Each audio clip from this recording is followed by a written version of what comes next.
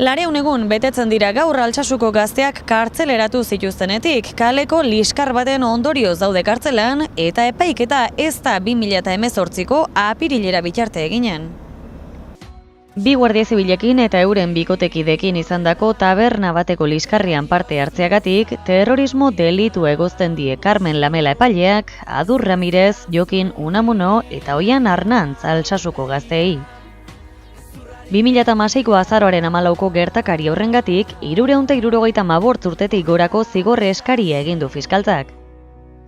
Gaur 400 egun daramatzat espetxean, eta gazteetako baten aitak aitortu duenez, kezkatuta agertu dira apirileko epaiketaren inguruan.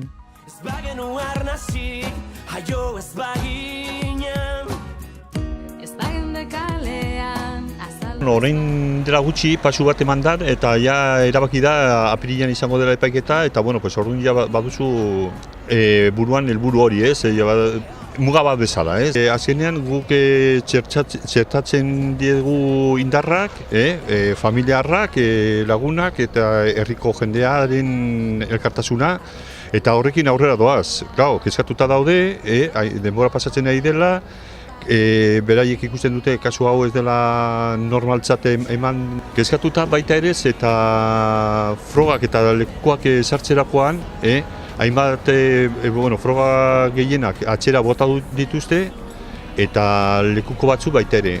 Orduan esaten duzu, ja gaizki goaz ez, nik kanpotik ikusita ez aite olako horik inoiz tokatu eta hori, eta esaten duzu, nik bai alde batekoari eta besteakoari, argurioak edo frogak eta hori onartu beharko zitzaizkien. Gero balio duten edo ez, epaiketan ikusiko da ez, baina printzipio bota dituzte hainbat frogak eta horrekin kezkatuta gaude eta lekuko batzu baita ere. Hortan gaude, gu borrokatzen eta injustizia honekin aberea behin betiko bukatzen den. Urte eta hilabete igaro ondotik elkartasun keinuak aunitz izan direla onartu du Koldo Arnantzek. Azaldu duenez, ordezkaritza politiko batzuen babesa ere eduki dute nazio mailan, baita nazioartean ere. Ordea, benetan ardura zuzena daukatenek, haririk ez dutela mugitzen salatu du. Politiko batzu bai mugitu dezaketela eta horiek ez dute mugitzen. Beste, guk eskatzen dugu behin betiko gure laguntza ematea, eta kasu hau oso bortitza da. Eta, beraien aldetikan babesa izan dugu, esaten ari gara, gertatzen dira, gero ez da plasmatzen zerbetetan, ez? Orduan ikusten dugu, hori zerbait gehiago egin beharko da, eta hau luzatzen ari da, eta dena kaltegarriarako izaten ari da. Orduan, behin betiko buelta ematen zaion, ez? Aitzinera begira, hilaren 14 guztietarako hitzorduak prestatu dituzte. Urtarrilaren 13an Bilbon eginen den manifestazioaz gain, epaiketaren aitzinetik hitzordu garrantzitsua antolatu nahi dute. Atera diozu zaurietan musu, zerzean zu minari aurpegia, ezurrari egia.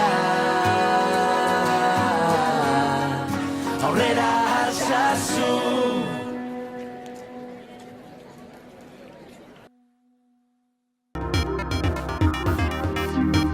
Terrorismoaren biktimei babesa adierazteko plataformak abenduaren 30erako kalera antolatu duen manifestazioa debekatzeko eskatu dio Espainiako Audientzia Nazionalari. Plataformak salatu duenez biktimak gutxiesten ditu bere ustez delitu larriak egin dituzten presuak askatzeko eskatzeak.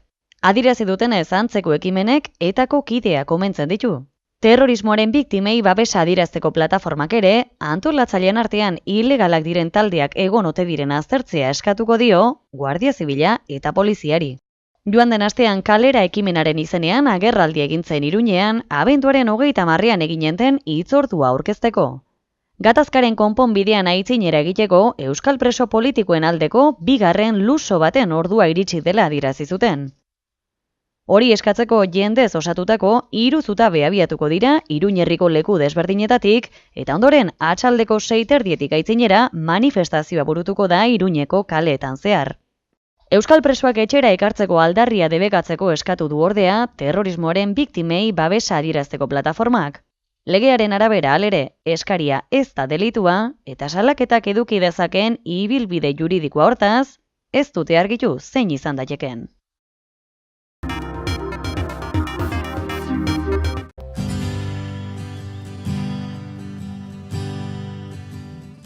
Irmotasunez mintzatu da Francisco Etxeberria auzitegi mediku eta EHUko irakaslea, Jaurlaritzako bizikidetza arlotik bideratutako tortura salaketen inguruko ikerketa aurkezterako orduan. Haren ustez, Euskal Herrian torturatu eginda, bereziki Euskal Gatazkarekin lotutako atxiloketetan. Sistemikoa izan denik ezin du ziurtatu, baina 4.113 evidentzia jarri ditu mahai gainean.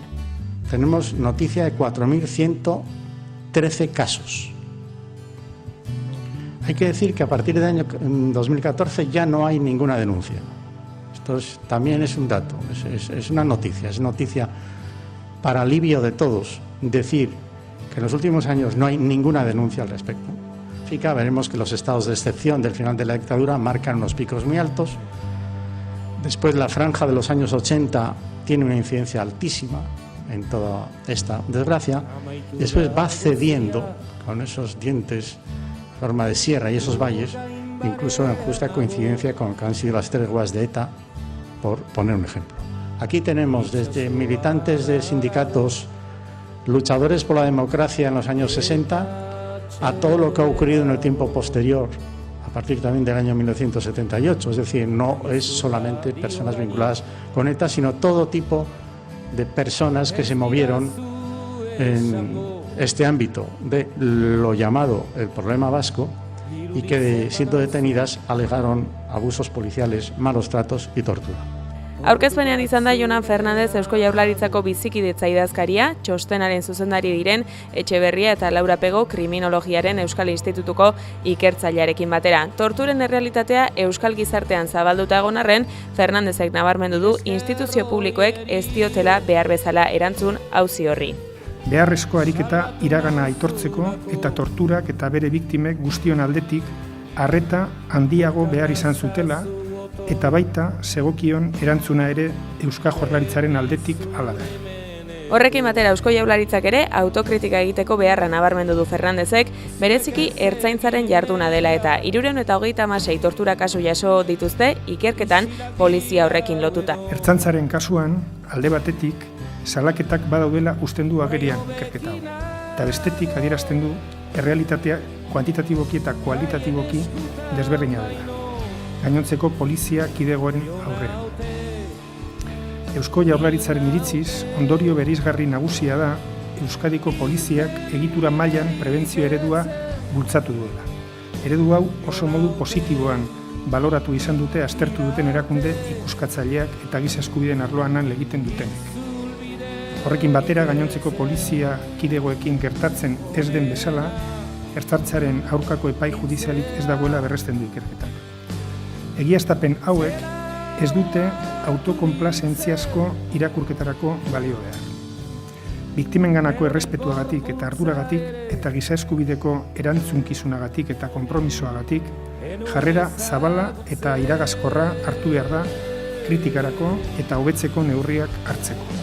Ertzaintzako Erne sindikatuak atzoko agerraldia baino ordubete lehenago igorri zuen ohar bat komunikabideetara, txostenean esaten direnekin eta Jaurlaritzaren jarrerarekin ezinegona duela adieraziz. Azken 50 urteotako 4.113 tortura kasuen errolda osatu dute ikerlariek beraz, pertsona hoien 17% diote, behin baino gehiagotan izan direla torturatuak eta beraz, 3.415 lagunek salatu dute guztira tortura. Hoietatik 17% dira emakumeak eta 183 gizonak. Gainera ikertzaileek jakinarazi dute, 454 txosten geratzen direla aztertzeko eta kasu gehiago jasoko dituztela EHUren Kriminologiaren Euskal Institutuan. En este documento se señala que hay noticia de unos 5.500 casos. Lo que ocurre es que en el mismo documento se hace ver que falta información suficiente como para evaluar estos más de 5.000 ejemplos. Que la tortura entre nosotros ha sido más que esporádica. Una manera de quizás eludir entre el nada y el todo, entre el mucho y el poco, una manera de decir que esto ha estado presente entre nosotros y que cada uno puede acotar más que esporádica en lo que quiera. Eta datuek kritikak ere eragin dituzte, Gasteizko gobernuan jeltzalekin bat eginda dauden indar politikoarenak besteak beste. Giza eskubideen urraketa jasan dituzten biktima guztien erreparazioarekin eta errekonozimenduarekin konprometituta daudela dio PSE Euskadiko Ezkerrak, baina txosten hori joan den legegintzaldian agindutakoa dela, haiek ez dutela parte hartu eta ez dutela bat egiten, ez mamian eta ez forman.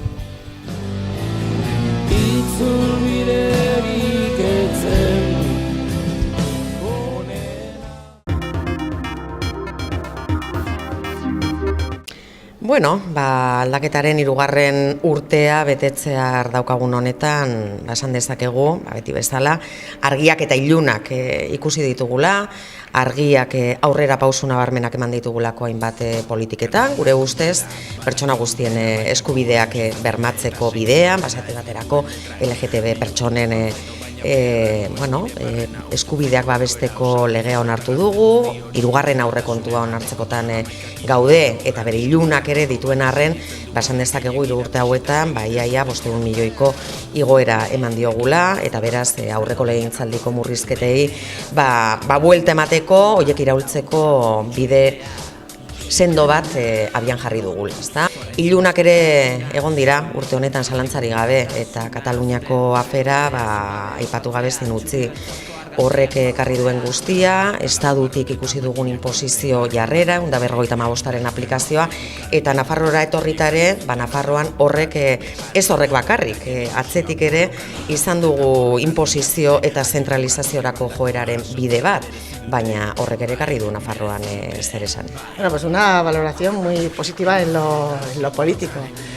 Ha sido un año en el que se ha producido un avance importante en el desarrollo del acuerdo programático en cuestiones tan relevantes como es la aplicación de la primera reforma fiscal que ha supuesto que estos presupuestos, por ejemplo, contemos con una cantidad de dinero mayor para cubrir las necesidades más importantes de la gente. Y luego lo que decía, en lo que es el desarrollo del acuerdo programático se ha notado con claridad lo que es la prioridad de lo social, con todas las acciones que se han emprendido, en particular en el Departamento de Derechos Sociales, en el Departamento de Salud y también, en menor medida, pero también en el Departamento de Educación. Por lo tanto, nuestra valoración en lo político es una valoración positiva, a pesar de que ha habido algunos elementos en los que hemos tenido ciertas discrepancias, como es el caso de la apuesta del Gobierno por el tren de alta velocidad. Bueno, nik uste dut aldaketaren ibilbidean urte potentea izan dela. Nik uste dut Nafarroan eskubideen zabaltasunean, eskubideetan hor egon dira hito garrantzitsu batzuk parlamentuan. Nire ustez Euskararen aldaketaren legea, eremu mistoan jende asko sartu da urte hontan.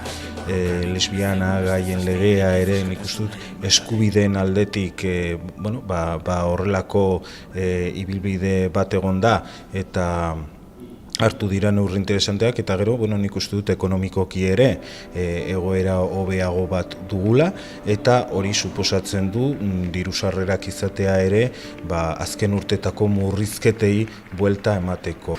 Bueno, pues desde el punto de vista político y de la administración del gobierno, pues creemos que ha sido un año desaprovechado, un año en el que los ciudadanos creo que no han comprobado importantes mejoras de servicio, no han comprobado decisiones importantes, y era un año en el que otras administraciones sí que han aprovechado para tomar decisiones en una época pues en que el crecimiento económico, la recuperación, pues hace que crezca el empleo y que hay que aprovechar. Cuando los vientos vienen a favor hay que aprovecharlos y no solo dejarse llevar.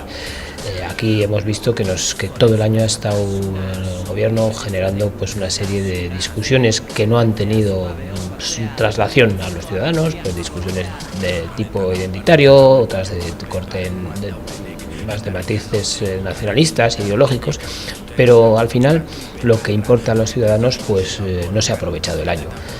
Afortunadamente, como digo, hay recuperación económica, en general se está mejorando el empleo, no solo aquí obviamente, sino en todo el entorno, en el Estado y en todos los sitios. Y esto se podría haber aprovechado como suele aprovechar siempre Navarra, pues siempre ha sido Navarra la comunidad más dinámica y ahora pues no lo es. Bueno, en el año 2017 creo que podemos hacer una valoración, bueno, pues por departamentos podría decirse. Yo creo que hay de valoración de gobierno, hay cosas que se han aprobado en el Parlamento que ha sido un avance de derechos ciudadanos, como por ejemplo la LGTBI, que además ha sido aprobada con una mayoría muy solvente. Tenemos que decir, bueno, pues que hay departamentos también que han trabajado relativamente bien, todo el tema de salud pública, bueno, la estrategia de especialización inteligente parece que ha tenido un reflejo en el Departamento de Economía, pero lo que sí vemos es que este gobierno ha puesto el acelerador nacionalista, cosa que ahí, bueno, pues el Partido Socialista no está de acuerdo y que ha habido enfrentamiento entre los ciudadanos. Lo que esperamos para el año siguiente es que bueno, pues pueda haber más puntos de encuentro, que este gobierno, que en este momento lo vemos débil, sea capaz de gobernar para todos por encima de intereses partidistas, y eso es lo que deseamos. Bueno, oso valorazio positiboa, ez? 2015ean hasi genuen akordio horri bultzada bat eman diogu 2017 urte honetan, eta horren isla izango dugu datorren ostegunean osoko bilkuran, bueno, aurrekontuei gure baiezko bozka emanez, ez? Eta horrela, poliki-poliki UPNek eta PSNek egin zituzten rekortoiei eta buelta ematen ari gara, naiz eta 3 urtetan oso zaila den, baina hortan ari gara.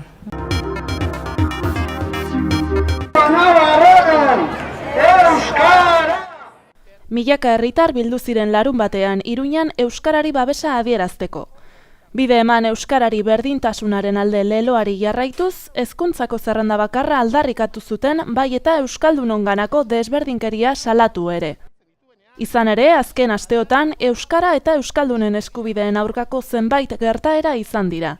Hain justu, Iruñeko udalak haur eskoletan euskarazko eskaintza zabaltzeko erabakiaren aurka ebatzi du Nafarroako Justizia Auzitegiak. Bestetik, Nafarroako gobernuak onartu zuen hezkuntzako zerrenda bakarra kolokan dago. PSNek horren kontrako lege proposamena aurkeztu zuelako eta Izquierda Ezkerrak adierazi zuelako babesa emanen ziola. Hori dela eta, Kontseiluak Nafarroako parlamentuari datorren abenduaren 21ean bozkaketa izanen den egunarekin batera, berdintasunaren aldeko erabakia hartzeko eskatu egin dio. Batzarrek ere Ezkerra koalizioko bazkidea zerrenda bakarraren alde egiteko eskatu du. Hortaz, aurrera joateko itxaropen txikia badago. Hizkuntza eskubideen behatokiko zuzendari den Garbine Petriatik horren inguruko balorazioa egin du. Gertaera hoien aurrean jendeak esan zuela edo atera zela kalera esatera. Ez, nahikoa da, bai? Behar dugu guk euskaldunok gure bidea egiteko aukerak gero eta zabalagoak izatea eta urratsak norabide horretan ematea. Manifestazioa eguerdian Iruñeko autobus geltoki zaharretik abiatu zen. Pankartari helduz, Paul Bilbao Kontseiluko idazkari nagusia eta berarekin batera euskaltegien ordezkariak, sindikatuetako arduradunak, bai eta geroa bai eta Euskal Herria Bilduko kideak ere bazeuden. Kontseiluko idazkari nagusiak Nafarroan euskarak bizi duen egoeraren bidegabekeria salatu du. Eta euskarak aurrera egin dezan oztopoen aurrean ausart jokatzeko eskatu dio gobernuari. Berdintasuna lortzeko erabakiak hartu behar direla nabarmendu du Bilbaok. Amaiera eman gezaiozue herritarren arteko bereizkeriak ahalbidetzen dituen legeari. Euskaldun guztiei eskubideak aitortuko dizkien lege berria onartu. Eta zalantzarik ez izan, orduan ere hemen egongo garela. Edo eraikinaren barruan, edo kanpoan, edo kalean, edo behar den tokian, babesa agertzen. Bide eman iezaiozue euskarari berdintasunaren alde. Mila esker.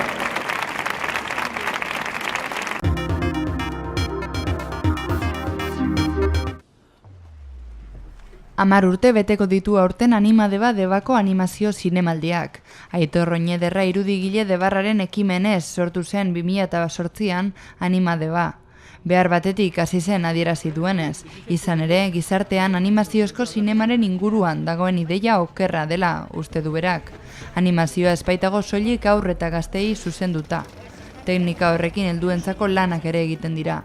Eta topiko hori hautsi nahi izan zuten Animadeba zinemaldiarekin.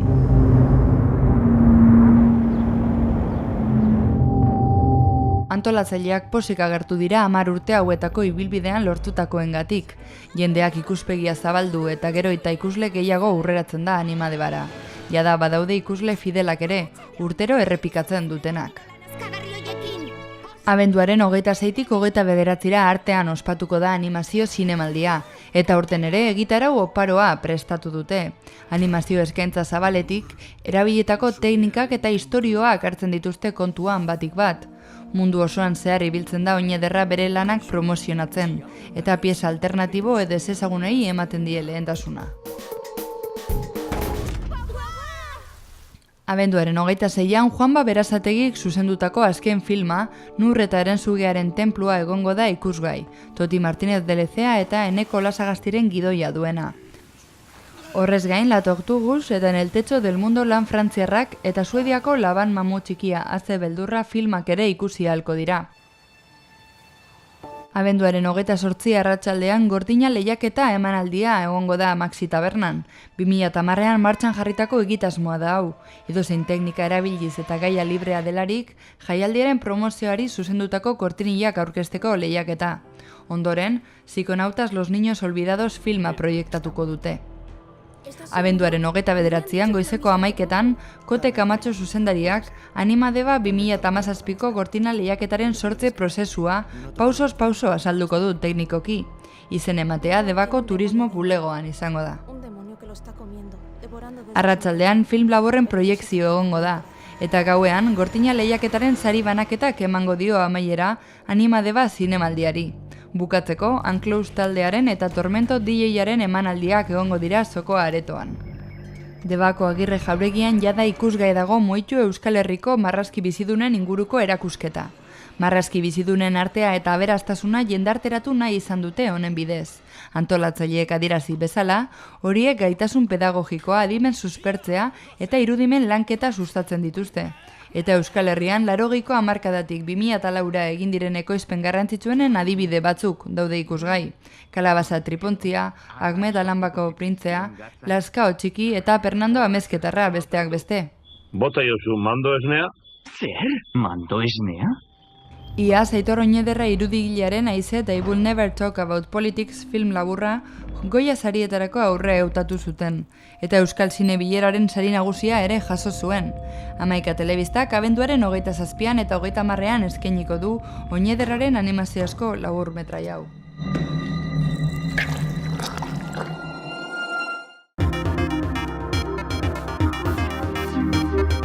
Abenduak 21 San Tomas eguna dugu gaur, eta Bilboko areatzara aurreratu gara giroa ikustera. 276 postuz osatuta dago aurtengo azoka, eta denetarik topa dezakegu bertan. Gozoak, barazkiak, gazta, fruta, eta zelanez gaurko eguneko protagonista diren taloa eta sagardoa.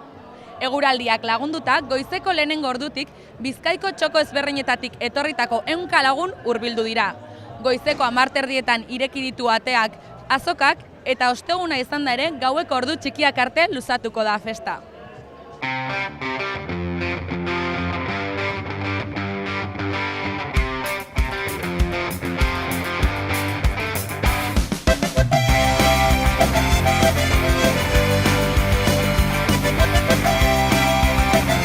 Nondi zatozte? Ni izatez Bilbon bizinaz. Lezamarranaz, bai Bilbon bizinaz dela urte asko. Eta hemen zauzie postuan inguruen? Ezagutu egiten dugulako Iñaki. Eta bueno, beti etortzen gara. Zauzitzu hartu eta gero gundatu ikusi. Bueno, gaurko plana da lehenan gordue politena izaten da eta bueltatzu eta egitea. Hori da, baien hitzat aldatu inda pilo bat. Lastimia hor dekot, penatzua hortze daukat, aldatu indala. Askorre polita guazen, naturala guazen lengoa.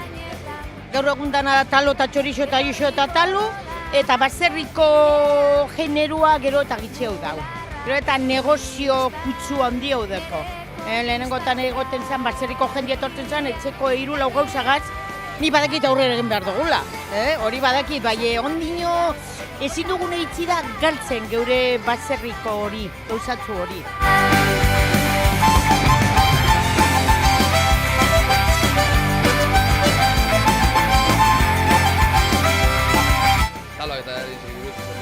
Eta urtera etortzen zarie?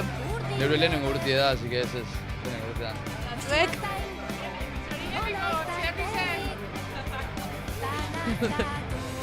Baserriko txerri zentzorizoak egiten, Magalarte, 1013 urte darote hemen. Eta Magalartek 1958 urtetik daue txosna jartzen. Osa, hemen ederto, sakonionakin.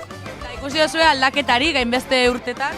Bai, gu plaza berri negote ginen hasieran oin hemen, eta bai, aldaketa bat dago. Osa, jende estiloan eta, danatan, baina, urteron aldaketa edo aurre egin edo, baina, politxo, oinagarren jai giroa dago eta politxo dago.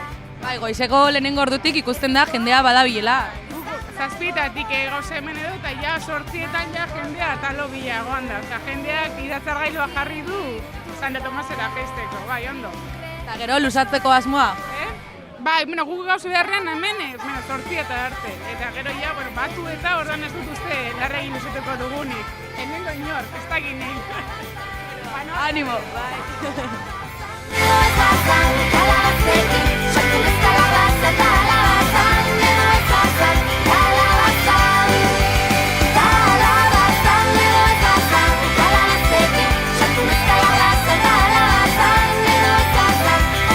Esan digute, taloa eta sagardaz gain zeo zer gehiago dagoela hemen, baina kostatu zaigu topatzea.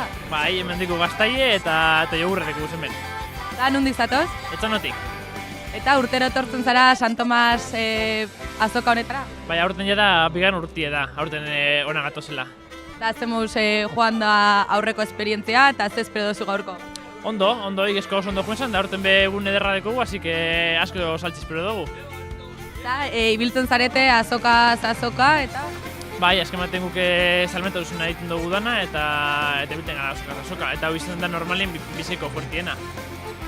Eta zein da zuen produktuen berezitasuna, zer deko gazta honek? Bai, azken baten guk egiten dugu kate guztize. Bai segiagon, gure transformazioa eta salmenta duzuna guk egiten dugu dana. Ez teko inunga aditiborik, ez teko ezebet. Orduan kalitateko produktu da.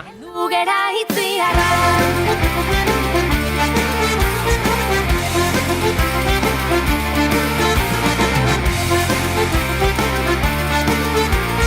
Bueno, nondik zatoz? Bilbotik, bilbotarra naiz. Da, ikusten zaituztegu hemen goizeko lehenengo ordutik ja martxa hartuta. Bai, gainera hauek ikasle ditut, euskara ikasleak, eta etorri gara, ze giro dagoen ikustera, ni gaztatxo bat hartu dut, hauek, taloa janda, sagardoa edaten, eta, giroaz gozatzen. Eta urtero etortzen zarete? Bai, urtero.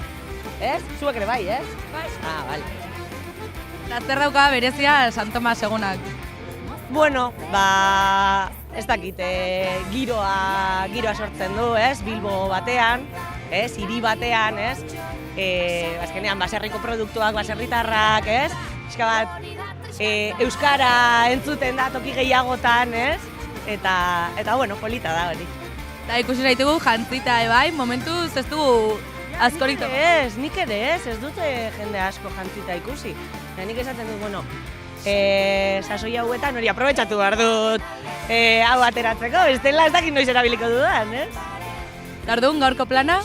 Gaurko plana, hemen dik bueltatxo bat ematea da, eta gero txanda bat egitea txosnan, beraz, egun nahi egin da. Oso, dizurritatu eguna. Vale, eskerrik asko, agur.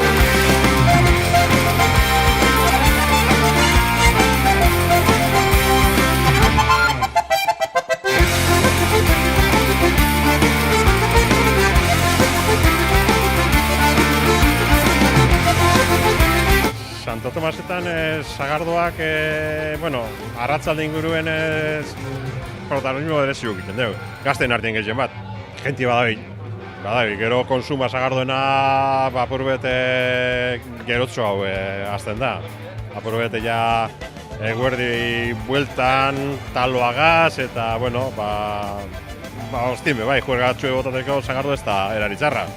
Ni pentsa dute berezitasuna, naturala, baserrikoa, sagarra nahiko selezionatu eta ezagutute produktua eta ni pentsa dut konfiantza askoa dela. Bada garaia orain sagardoa edateko? Urte guztien. Oin igual San Tomasetan folklore moduen, folkloretik aparte sagardoak berez erari egokitze da. Esperantza, sartuta zainetan, etorriko da azken finean, bularra pistan, nere konkistan zaldian. Ondo, ointza izi da, osea, justo aiatu gara ona. Eta ze plan gaurko? Ba, momentuz badakagu turno bat, txerria eta indabak banatzen, eta gero farra jarraitu. Eta zergatik gustatzen zaigu hainbeste San Tomas eguna? Ba, ez dakita, giroa, jendea, gaina da pixka bat, gabonak baino lehen, ba, lagunekin topatzeko egun ona. Eta janari ona, bai, ez da? Pixka denetarik dago.